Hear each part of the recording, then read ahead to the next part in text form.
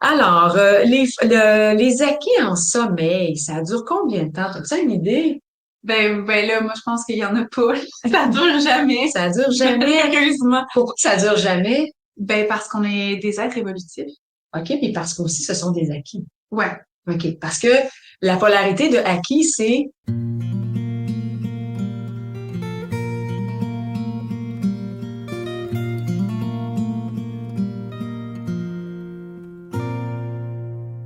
bonjour les parents.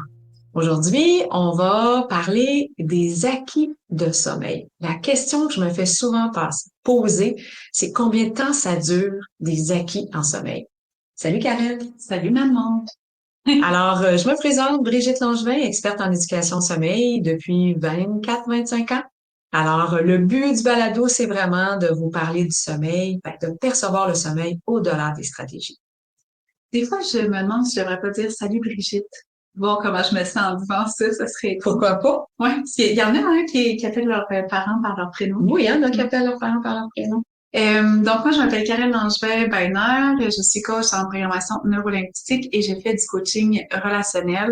Puis c'est drôle parce que la relation parent-enfant, c'est une dynamique relationnelle que je touche pas dans ma pratique et que je suis vraiment contente de pouvoir l'explorer ici avec ma mère. C'est le fun. C'est le fun. Parce qu'en fait, tu la touches pas dans ta pratique, mais tu la touches dans ton quotidien. Oui, non. C'est ça. C'est ça. À 100% dans ton quotidien en tout temps. Mais c'est différent parce que je suis une enfant. Non. Puis j'ai pas encore de bébé, là. Non, non, c'est ça, effectivement. Mais en fait, je parlais pas de parents-enfants. Ah. Mais moi, je comprends ce que tu veux dire, là. Dans le fond, tu l'expérimentes pas dans ta pratique parent-enfant. Ben aussi, on vient pas me voir pour Non. ce défi Ce relationnel. défi-là relationnel-là. C'est ça. Non, c'est ça. On vient de voir pourquoi, toi? Pour le couple, puis le défi relationnel qu'on a avec nous-mêmes. Avec nous-mêmes, hein? Ouais. Mais le couple prend beaucoup quand même. De place. Ouais. C'est ça. Alors, les acquis en sommeil, ça dure combien de temps? As-tu une idée? Ben là, moi, je pense qu'il y en a pas. Ça dure jamais. Ça dure jamais. Heureusement. Pourquoi ça dure jamais? Ben, parce qu'on est des êtres évolutifs. OK, puis parce qu'aussi, ce sont des acquis. Ouais. OK, parce que la polarité de acquis, c'est Inné. inné. Ouais, mais tu sais, tu te dis, dans ta vie, quand tu apprends à faire la bicyclette, c'est un acquis, mais ça reste. Oui. Fait qu'il y a des acquis qui restent. Fait que tu sais, tu pourrais te dire, en fait, c'est qu'avec le temps, ça reste. Mais on parle dans le 0-5 ans. C'est sûr que plus nos acquis, on les travaille, plus on les perd, on les reprend, plus c'est facile de les reprendre. Mais à un moment donné, tu sais, quand c'est récent, si j'apprends à faire la bicyclette, puis que 3 jours après, je me plante, puis que je me blesse, j'aurai la difficulté à recommencer. ouais. OK. Mais encore, là, je Mais sais pas où ça en va encore, par rapport au sommeil. OK. Parce que je me dis que, tu sais, que vu que un enfant évolue et physiologiquement, psychologiquement, qu'il y a des nouveaux stimuli, qu'il apprend tout le temps quelque chose, des nouvelles compétences, je me dis que c'est normal que sa relation au sommeil, elle aussi, change, puis évolue, puis qu'ils doivent s'adapter dans le processus. Mais toujours en fonction de leur plaisir. Et le relationnel, Clairement. clairement, en fonction de son plaisir. Donc, le relationnel, qu'est-ce qui va arriver avec lui? C'est que ses acquis, il va toujours les mettre de côté. Oh mon Dieu, c'est l'histoire de ma vie. Aïe, aïe! Hey, merci de me dire ça. C'est ça. Alors, tandis que là, inné, OK, puis là, y a-tu un 100% inné, un 50% inné, un 75% inné? Je pourrais pas le dire, mais il y a une prévalence qui est assez élevée qui fait que chez certains enfants, puis on le voit, tu sais, les parents, quand ils prennent contact avec moi, puis qu'ils ont un petit bébé, un deuxième, un bébé deux, puis que là, ils sont démunis, ils sont dépassés, ils sont dans l'impuissance, parce que finalement, il n'y a aucun acquis qui tient. Puis pourtant, avec leur premier, ben, il a été malade, il y a eu des vacances, il y a eu des exceptions, il y a eu le temps des fêtes, puis ils réagissent un peu, puis ça se remet en place. Fait que tu sais, si le relationnel, ses acquis, c'est quoi t'as dit? Les acquis, ils mettent toujours de côté. OK, fait que là, ça Parce change que, par rapport à ses acquis. ben, par rapport au sommeil, je ne parle pas de tous ces acquis. Ouais. OK, par rapport au sommeil, c'est que ça fait plus partie de son mode de fonctionnement parce qu'il aime être bien dans sa bulle. C'est ça. Fait que du moment où, après une maladie, OK, puis ça veut pas dire que ça va être facile, là, mais ça va se remettre en place rapidement.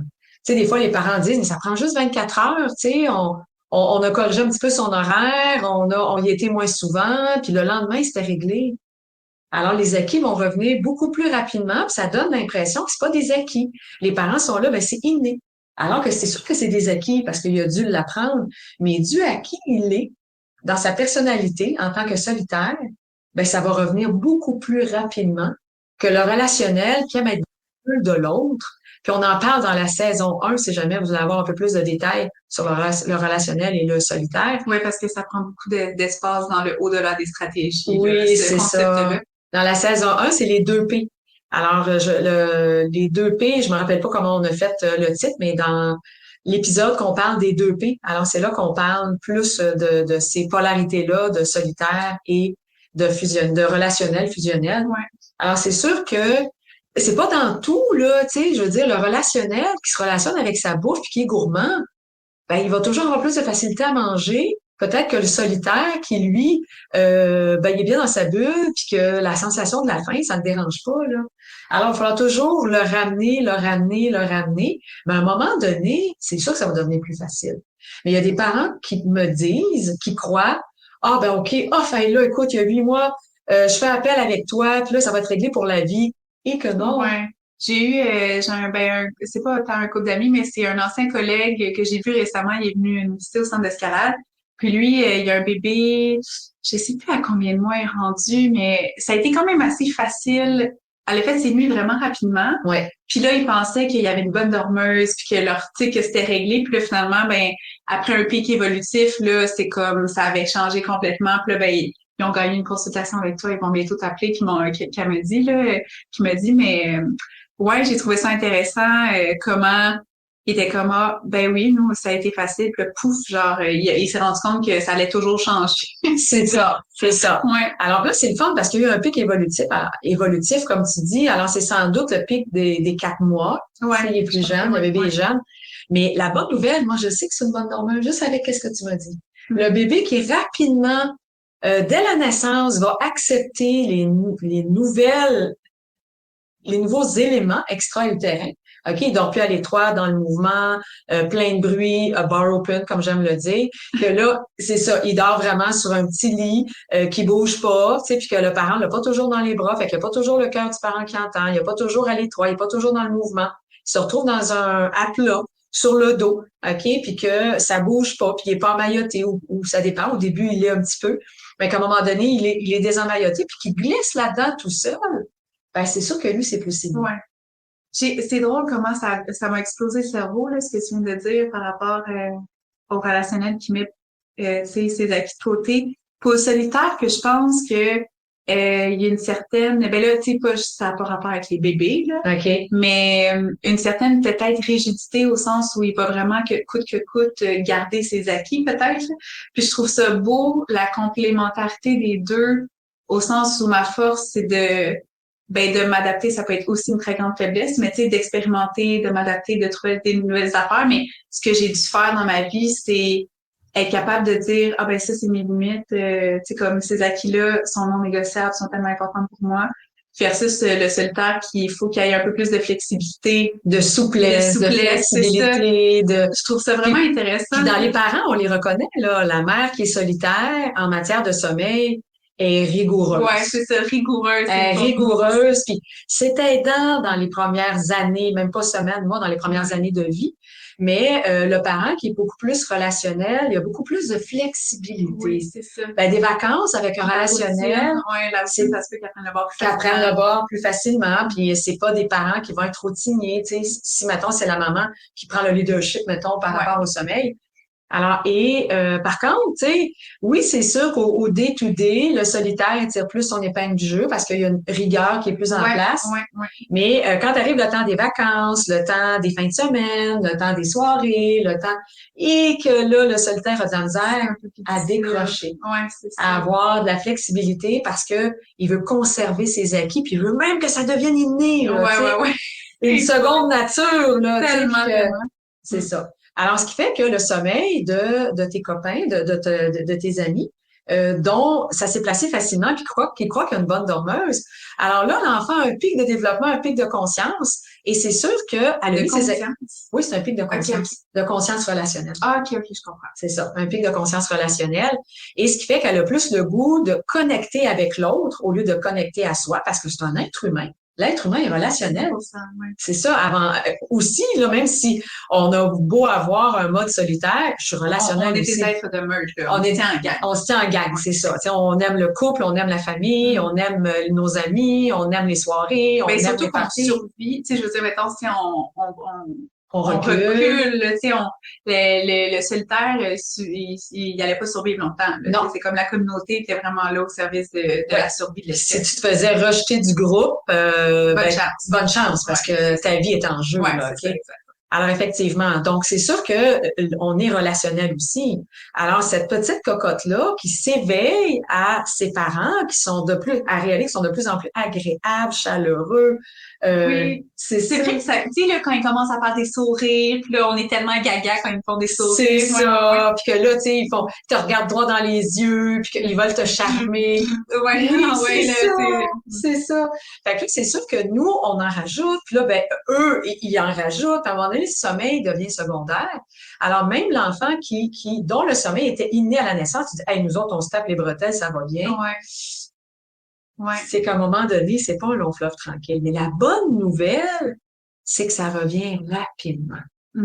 OK, ces parents-là vont dire, écoute, on a suivi tes conseils, puis en dedans de 24-48 heures, c'était réglé. Même les siestes, en dedans d'une semaine, c'était réglé. Alors que pour d'autres, parce que c'est des acquis, ce n'est pas inné chez l'enfant, donc il est plus relationnel, il aime être dans la bulle de l'autre. Puis même s'il est kinesthésique, il aime avoir du contact physique. Alors, c'est sûr que du moment où est-ce que tu retires ça, tu l'as donné parce qu'il était malade, parce que c'était son mode de fonctionnement. On voulait l'endormir comme ça, puis à un moment donné, on se rend compte que ça fait plus de sens.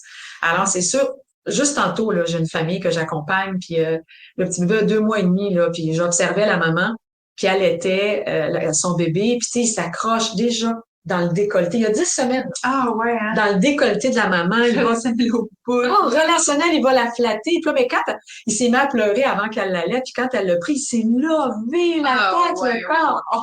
Hey, là, puis moi, je me dis, oh my God, ça doit être un relationnel comme ça, là, tu sais. Fait qu'il va toujours conserver ça. C'est ça la bonne nouvelle. C'est pas parce qu'on veut l'amener dans un mode de fonctionnement où il va devoir apprendre à connecter avec lui, à développer des nouvelles compétences qu'on appelle des acquis, qu'il va perdre ce qui est inné en lui. On va briser notre enfant. Ouais, il sera pas brisé. Ça, il va juste se complémenter. Se complémenter, il va être capable d'être bien dans sa bulle quand c'est le temps de dormir. Puis quand il va être à l'état d'éveil, ben qu'est-ce qu'il va faire? Ben, il va vouloir être dans la bulle de l'autre parce que c'est ça qu'il préfère. C'est ça qu'il préfère. Puis si maman est disponible 100% du temps pendant les périodes d'éveil, ben elle va l'avoir près d'elle 100% du temps. C'est ça. Mais c'est pas youpi, je peux te le dire. Ben, toi, t'es une grande solitaire, là. C'est Non, mais des mamans relationnelles peuvent pas aller prendre leur douche, peuvent pas aller à la toilette. J'en ai vu, là. Il y a une personne à qui je pense où c'était vraiment, tu sais, elle avait perdu tellement de poids, cette femme-là, parce que elle était constamment, elle prenait plus soin, tu sais, comme. C'est ça, elle existe plus. Elle existe plus, ouais, c'est ça. Elle était devenue vraiment l'objet d'affection et d'amour de son enfant. Ouais. Puis c'est bon, c'est tellement bon, c'est du bonbon. Sauf qu'à un moment donné, ça tire trop d'énergie. Ouais. Mais en tout cas, d'un œil extérieur qui est pas encore parlant, tu sais, j'ai de la difficulté je pense que j'ai beaucoup d'empathie, fait que on dirait que je peux comprendre la possibilité mais c'était vraiment difficile à observer d'un œil extérieur. Ouais. C'est ça pour toi, même si t'es relationnel. Ouais, c'est ça que tu veux dire. Ouais. Parce que là, tu te rends compte que ce parent-là, ben, il y a plus, ben, cet être humain-là, qui était une femme ou un homme au départ, ici, c'est une maman, une femme, ben, a perdu tout son temps à elle pour prendre soin d'elle. Ah ouais, ça avait pas, tu sais, je veux dire, maigrir à ce point. C'est ça. C'est pas comme ça pour tous les parents. Non. Mais reste que, il y a des mamans qui ont pas le temps de prendre une douche, qui peuvent pas aller à la toilette toute seule. On parle d'enfants des fois qui ont 2 ans, alors que l'enfant va pleurer puis qu'on a l'impression qu'il fait de l'anxiété de séparation parce qu'il tolère pas l'espace que le parent met entre lui et elle. Et ça fait à ce moment-là, ben, des mamans qui ont plus de vie, puis ça devient difficile. Ouais. Et le sommeil, ben, c'est un moment où l'enfant est dans sa bulle. C'est une activité qui est un incontournable pour Oh my l'être God, humain. un incontournable. Il n'y a pas plus incontournable que ça. Incontournable. C'est pour ça qu'il y a des parents qui sont tellement en détresse. Je pense à cette famille-là que j'accompagne présentement, un petit bébé de 2 mois et demi. Puis il passe sa journée à pleurer, puis à ne pas dormir. Il est 6, 7, 8 heures d'affilée réveillé. Ouf! Fait que là, la maman, écoute, j'ai vu la maman, là, elle est cernée, c'est sûr. Le papa, il est dans l'impuissance complète. Il veut soutenir sa compagne, mais c'est difficile pour lui parce que il voudrait que son bébé dorme, OK? Parce qu'il comprend que sa compagne a tout donné, mais le bébé veut pas dormir si la mère ne l'a pas dans les bras 24 heures sur 24. C'est quelque chose. Ouais. C'est un C'est grand quelque défi. chose. Ouais. C'est ça. Est-ce que c'est de la faute de la maman? Ben non. Est-ce que c'est grâce à la maman? C'est, mettons, la maman qui a dit, ben non, comme ton couple d'amis, nous, on a une bonne dormeuse. Est-ce que c'est grâce à la maman? Ouais, non. Non plus. Mais dans le temps, oui. Moi, quand je vois des familles qui ont des enfants, mettons qu'il y a 3 enfants, un enfant de 4 ans, un enfant de 2 ans et demi, puis un enfant de 6 mois, que toute cette famille-là dort bien, et c'est sûr que les parents, ils sont pour quelque chose. Ben, c'est un teamwork. C'est ça, mais c'est grâce aux parents si ça va bien, Ouais. parce qu'ils se sont investis. Ouais. Puis c'est sûr que c'est un teamwork, Ouais, c'est un teamwork. on n'en sort pas. Ouais, c'est ça. Clair. Ouais. Alors, la bonne nouvelle, c'est quoi? C'est que les acquis, ça reste pas, surtout chez nos bébés relationnels, mais les acquis, parce que parfois c'est un apprentissage de sommeil, mais parfois ça suit une vague. Hein, ça suit une vague, puis l'enfant suit cette vague-là, puis finalement, il finit par développer, suivre le mouvement, puis finalement, tu te dis, ben moi, j'ai rien eu à faire. Écoute, à 2 mois, il faisait ses nuits de 11-12 heures même. Puis écoute, à 4 mois, il faisait un rythme de 3 siestes en dormant à 4 à 5 heures par jour. Puis moi, je pète mes bretelles, j'ai rien eu à faire. Mais en fait, un jour, peut-être, comme ton couple d'amis, ben, qu'est-ce qui va se produire? C'est que ça se peut qu'il y ait un pic évolutif, j'aime ça comment tu as dit ça, soit un pic de conscience, soit un pic moteur, soit de la motricité fine, qui va faire que l'enfant va pratiquer ses nouveaux acquis au lieu de ses compétences de sommeil, et ça va causer une régression. Puis là, on dit, ben voyons donc, je pensais que c'était réglé pour la vie. Mais c'est quoi la bonne nouvelle là-dedans? On dirait que je l'ai pas entendu.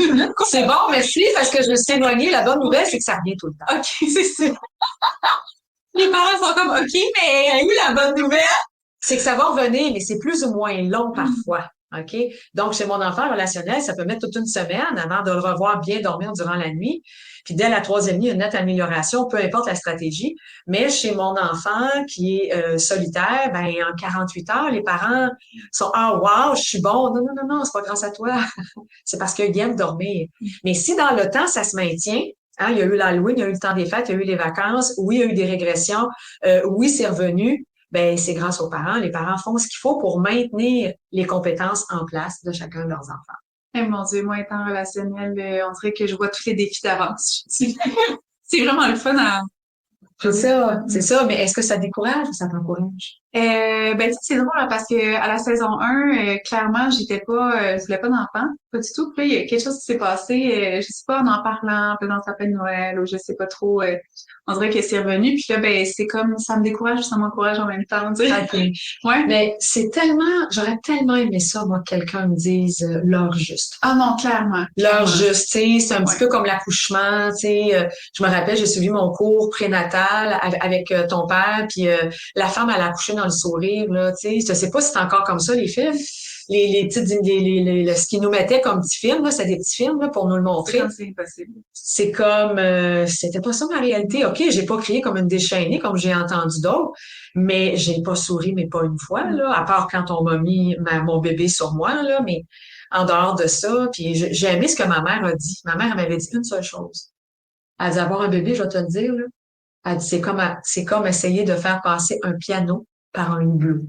Ah mon Dieu, ça m'encourage pas du tout, ça.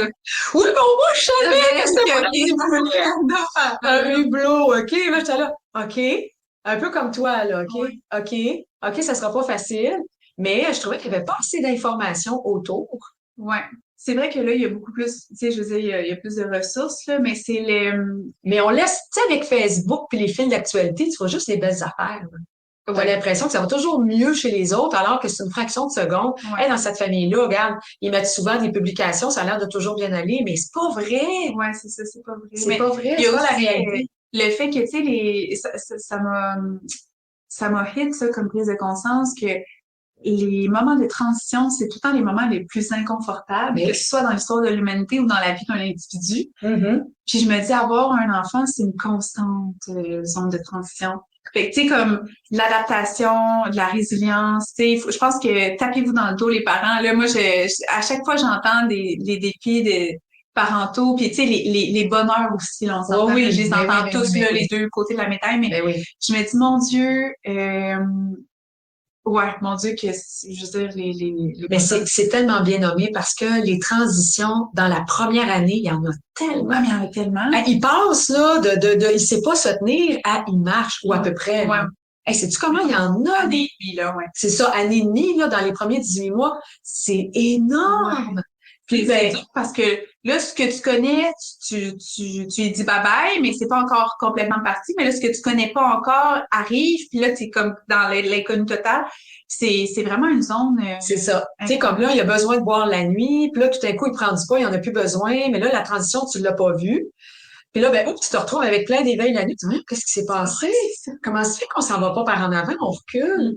Alors, ces petites transitions-là, il y a des points repères parfois, tu sais, comme là, ben, il n'y a plus besoin de la troisième sieste. Ben là, on l'a coupé, mais on l'a coupé beaucoup trop tôt parce qu'on a vu des éléments de transition qui correspondaient pas aux besoins en sommeil, mais on a pensé que, ben, regarde, il n'a pas dormi, il a pleuré tout le long, ben, on va lui couper cette sieste-là, alors qu'il témoigne qu'il est fatigué, mais on est tellement démunis qu'on est tenté de l'enlever, puis une transition que, finalement, on n'a pas adressé selon les besoins de l'enfant, mais selon les perceptions qu'on avait, qui étaient réelles, là, tu sais. Fait que c'est ça qui... Là, je me dis, tu sais, un parent ou des parents qui ont un deuxième enfant peuvent se dire, tu sais, maintenant, je sais quoi faire. Puis, ben, la personnalité de l'enfant est complètement à l'opposé. Puis, tu te retrouves encore à pas savoir quoi faire, à patauger dans l'expérimentation. C'est quand même quelque chose. Ça veut dire que même nos acquis à nous, en tant que parents, c'est pas un long fleuve tranquille. C'est ça, ils durent toute la vie. Ils durent pas toute la vie. Ben, qu'est-ce qu'il y en a qui durent? Oui, c'est ça, mais ça se transforme tellement. Tu sais, moi, je me rappelle ce que je faisais pour toi à 2 ans, ben, à 5 ans, c'était nul. Puis ce que je faisais pour toi à 5 ans, ben, à 7 ans, c'était nul. Fait que là, je devais toujours me revisiter en tant que parent, me reconstruire, me développer des compétences. Fait que toutes ces périodes de transition-là, c'est quelque chose pour nous aussi. Fait qu'avoir des enfants, ça permet aux êtres humains de devenir encore plus extraordinaires, de s'épanouir. Tellement, Karen. T'es tellement mon plus beau cadeau, puis ma capacité, t'étais mon plus grand maître, là, ma capacité évolutive continuelle. Ouais. C'est ça. Parce que c'est ce que t'avais besoin, puis c'est ce que je t'ai offert, puis pas à tous les bons moments, puis de la bonne façon, mais j'ai fait de mon mieux. Ben, c'est ça. C'est ça. C'est ça qui est important. Fait que c'est la même chose pour les parents. On a-tu fait le tour de ce sujet-là? T'as-tu le goût de rajouter autre chose? Je pense que non. Sur les acquis, c'est ça. Non. C'est intéressant parce que j'aime ça, le fait que tu sois pas parent encore. Tous les questionnements, les affirmations que tu peux avoir aussi. Ben oui. Puis que là, tu dis, OK, j'avais pas vu ça de même parce que les parents aussi, c'est ça qu'ils ont, les autres aussi. C'est normal. Puis je pense que même si, tu sais, des fois, on connaît la théorie puis on arrive en pratique, c'est comme la théorie prend le bord parce que quand on est dedans émotionnellement, il y a bien des choses qui prennent le bord. Tellement. C'est ça, tout à fait. Alors, on se dit à la semaine prochaine? Oui. Bonne semaine. Bonne semaine. C'était Brigitte Langevin, experte en éducation au sommeil. Si tu as le goût d'en apprendre plus, je t'invite à visiter mon site à brigittelangevin.com. Puis si vraiment tu as le goût que le sommeil, ce soit pas toujours sur un coup de dé et que ça fonctionne, j'ai une formation, Les Amis du Dodo. Clique sur le lien plus bas, tu vas en apprendre plus. C'était Karel Langevin, coach PNL. Tu peux aussi aller visiter mon site web karellangevin.com. Si ça pique ta curiosité, j'ai créé une merveilleuse formation, la PNL au service de l'enfant. Clique sur le lien juste en dessous si tu veux en savoir plus.